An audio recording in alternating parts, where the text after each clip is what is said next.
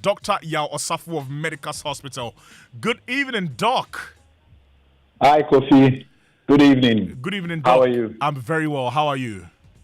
Battling a little bit of a cold, so I may sound a bit nasal today, but yes, I'm fine. Okay, all Freezing right. a lot of oranges and pineapple. Oh, that's nice. And some vitamin C, for your body.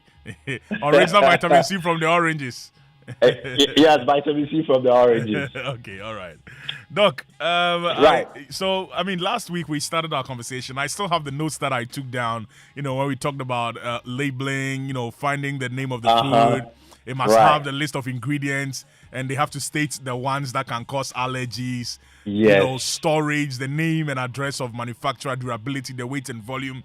I mean, we talk about all these things when you want to, buy, food from outside, especially ones that are packaged. Right. I know that our listeners also remember very well. Mm-hmm. What are we adding on today? Right. Thank you, Kofi, for the recap. You were a good student last week, and next week when I'm coming along, I'll buy you a crate of eggs. Maybe you should help me get to the medical school. Wonderful. So last week, as you rightly pointed out, we started a conversation on food safety. This was going to be a three-part series looking at different aspects of food safety.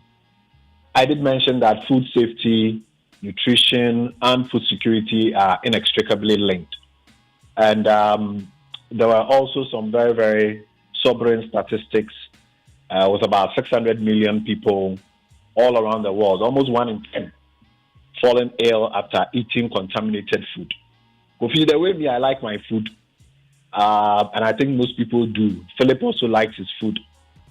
The worst thing that can happen to you is to fall ill as a result of eating food that you really, really enjoyed or you really, really like. Yeah. The number of or the total productivity loss as a result of foodborne diseases is also harrowing. Hoping $95 billion per year in low and middle income countries like Ghana. And if you look at the treatment of foodborne diseases too, we spent about 15 billion in 2019. All these are according to World Bank reports. So the issue about food safety is very, very important, and we are using this week as well as next week to talk about the different aspects of food safety. So we looked at the labeling, food labeling, which unfortunately you and I, we don't do enough of reading of the labels. Right. At least these days the labels are there, but we also have to pick up from reading.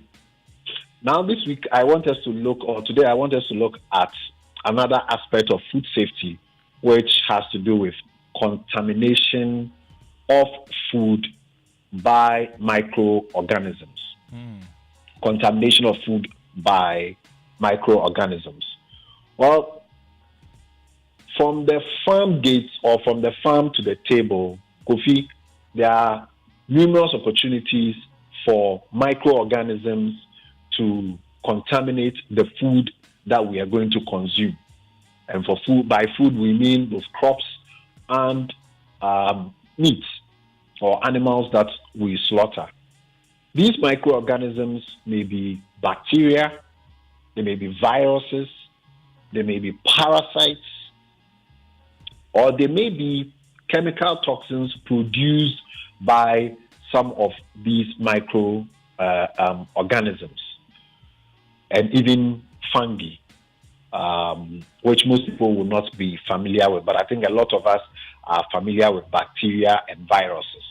So just to situate the conversation in proper context, these are the various groups of microorganisms that can cause contamination of food, making it unwholesome, unsafe for consumption.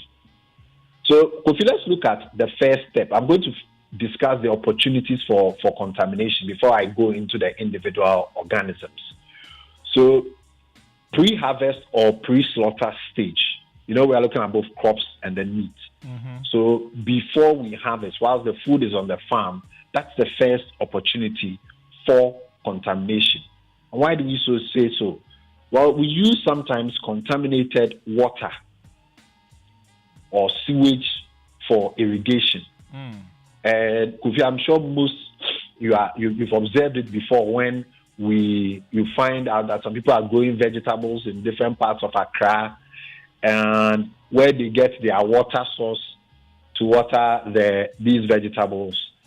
If you really see it, I don't think you are going to buy vegetables from there. Unfortunately, we don't see it. We see it on the shelf or in the market when we are buying. So the use of contaminated water or sewage for irrigation of crops is problematic. That is the first opportunity for introduction of microorganisms into the food chain.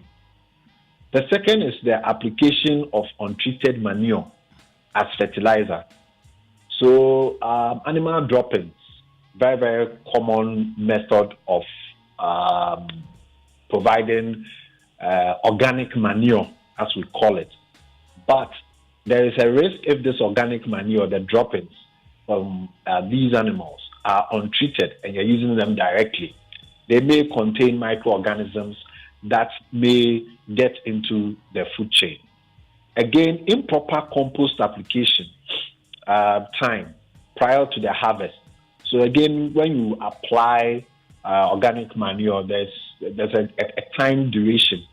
You don't apply and then very close to the time of harvesting, you must go with the manufacturer of that particular compost. You have to go with their advice in terms of the period between application and harvesting. Again, feeding livestock with infected food and water that carry bacteria can also lead the animals to be sick. And then if they are slaughtered close to or shortly after being fed contaminated water and food, then the individual also gets sick. Although the animal is not sick, the organism is in there, it's entered the food chain, and when we consume, then we also fall sick. So these are the pre-harvest or pre-slaughter stage hazards. Then during the harvesting period or the slaughter stage, and there's also an opportunity for microorganisms to be introduced into the food chain. The use of improperly washed harvesting equipment or slaughter devices, knives, baskets, and trucks. So these things must be cleaned thoroughly before they are used for harvesting, especially when you're harvesting vegetables, especially when you're harvesting fruits. Then you have to make sure that the baskets, the sacks that you are going to use, these must be properly cleaned to make sure the risk of contamination with bacteria is minimized. Again, hand washing. All right? Mm-hmm. If the field workers, agricultural workers, they just get into the harvesting and then somebody may have used, say, the toilet, not wash their hands, and then they are plucking vegetables from the farm, then the contamination with microorganisms can happen at that stage. Again, meat and poultry, contamination through contact with intestinal contents. So I think that we are all encouraged to get our meat from the abattoir. Mm-hmm. But where I live, there's no official abattoir. So the abattoir is behind my house. But again, proper handling, especially of intestinal contents. I think in our part of the world, we all like the yemandie. Mm-hmm. It's Philip's favorite delicacy, the yemandie. And he goes to eat his fufu at his base, Usu market. The yemandie is constant, something that Ghanaians will love a lot. But that's where, unfortunately, you can have contamination from microorganisms. So the handling of it is very, very important. Lastly, you can have what we call cross-contamination from infected animals when we are doing a multi-slaughter, if I'll put it that way, and preparing all of them. So one animal may be sick, but because you are using the same slaughter place, you are not cleaning properly, you just take one animal off the table and then you put on another, then you may get cross-contamination. So these are the hazards that lead to contamination of the food during the harvest or slaughter stage. Then the post-harvest or the post-slaughter stage, there are also risk factors. The use of, again, contaminated water for food preparation. I've seen, for example, sometimes when they want to get the hair off the animals. Kofi, if you look at all the various things that we use to burn or light that fire, it leaves a lot to be desired. Failure to pasteurize milk. So pasteurization is a process by which we make sure that milk becomes or is wholesome and rid it of all microorganisms. So failure to pasteurize milk, meaning consuming milk raw, also puts us at a higher risk. And then also holding the food in the temperature danger zone. And I'll speak a lot more about this, the temperature danger zone, later on. So, Kofi, these are the various risks or hazards that provide the opportunity for food that we consume to be contaminated by these microorganisms. Now, I have of some of these microorganisms I want to mention. It's a very tall list, so I've reduced it to just a few. Now, let's look at the bacteria group. And if I want to mention two organisms here. One we call Salmonella. And I'm mentioning Salmonella because I think a lot of people would have come across this particular bacteria, Salmonella. It is a family of bacteria that actually, some of them can cause what we call enteric fever or typhoid fever. So most people are quite familiar with it. They can cause you to have gastrointestinal or problems with your intestine and then your stomach. Then there's another organism called E. coli. Another organism called it became a big issue because some people ate meat and it became and they fell and it became a very, very big issue. So I will limit the examples to these two as bacteria, but there's quite a tall list of organisms. People may experience the following symptoms after consumption of food contaminated with Salmonella or E. coli: fever, headaches, nausea and vomiting, abdominal pain, and diarrhea. These are the common presentations. Sometimes even the stools may be blood-stained, and it may send a signal that you have developed a food-borne illness. Consuming eggs. So those who consume raw eggs, for example, there's a big risk with Salmonella infection with the consumption of raw eggs. Poultry products, raw milk, undercooked poultry, and then also drinking water are all areas where the risk of contamination with Salmonella and then E. coli can happen. Also, those who consume canned foods. There's another organism called Clostridium that particularly is found in canned foods. So those who consume canned foods, there's also a risk of infections with a particular bacteria that we find in with canned foods. And it is very, very important that we pay attention to the can. When you see any bulge, Kofi, on the can before you open it, it's a good idea not to open at all. When you find a dent on the can, avoid it. Again, look at the expiration date on the can before you go for it, because that may be the only way. That particular organism, sometimes as it's multiplying, it produces a bit of gas, and it's a gas that can cause the can itself to even push out a little bit. Then you can also have viruses being responsible for food poisoning. Overwhelmingly, we focus on bacteria examples, but hepatitis A, I'm sure most people are familiar with hepatitis B, but hepatitis A can also be transmitted by food, and it can cause long-lasting liver disease and spreads typically through raw or undercooked seafood and then contaminated raw produce. Doc, I want you to repeat. Doc, sorry, but I want you to repeat that particular statement. Right, the hepatitis A. Yes, the hepatitis A. Yes, it can also be transmitted by food. Wow. And it typically spreads through the consumption of raw or undercooked seafood.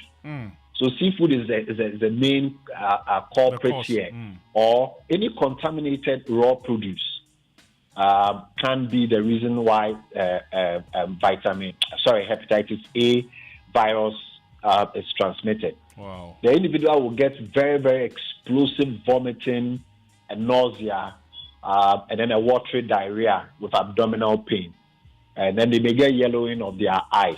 So the liver takes a hit when it comes to this particular one. There are other viruses, but I wouldn't bother us with the name. They are not so common. Right.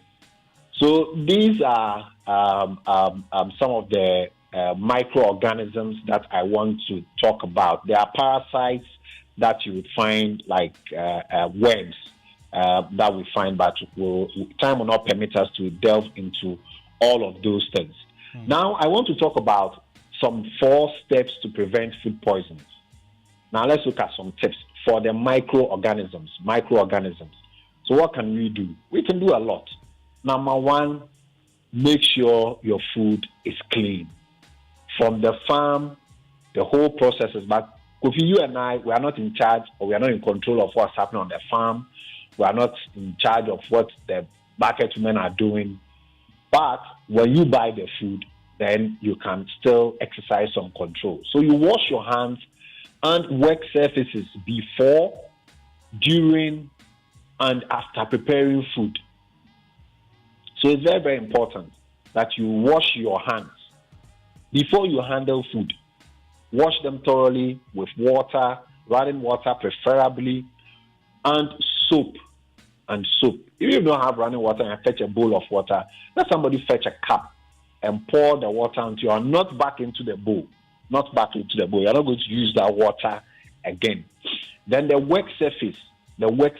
And here, the chopping board.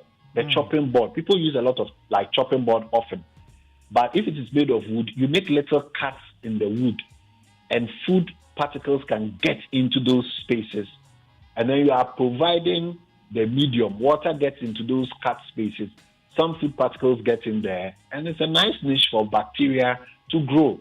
So you make sure that you thoroughly scrub these surfaces before, during, and after preparing food. So if you've observed these professional chefs cooking, they're constantly cleaning the work surfaces. Before they put any or the next set of vegetables, they'll wipe the surface. Right. Number 2, separate your ingredients. Let's learn to do that. Let's use one set of ingredients, and then when we are done, we clean the surfaces, and then we bring the other set. So you separate raw meat, chicken, poultry, seafood, eggs from the ready-to-eat foods. So once you are preparing the food, try and separate them. Don't keep the vegetables on the same chopping board whilst you are working on the meat. Keep the vegetables stowed away somewhere. When you are done with your meat, wipe your board and then bring on the vegetables. Number 3, the cooking. You have to cook food at a safe temperature. So we have what we call the danger zone temperature, which is anything between 5 degrees Celsius and 60 degrees Celsius. So when you are cooking food, it has to be above 60 degrees Celsius to be able to kill harmful bacteria. Sorry, 50 or 60? 60. 60. 60. Yes, it has to go above that. And I'm going to mention something. We should explore it. Use a food thermometer. Because I'm sure everybody is asking, but doctor, how would we know that the thing is beyond? That was our next question. Degrees? Yeah, that was our next question, actually. Well, water boils at 100 degrees. So before the water boils, then you are around that kind of temperature reading. But there is something we call a food thermometer. I think we should all invest in that. It is far cheaper than a mobile phone. So I think we should all invest in that. Last point, chill food properly. And this point, I want to say hello to all the ECG managers. They are the reason why we can't refrigerate the food properly.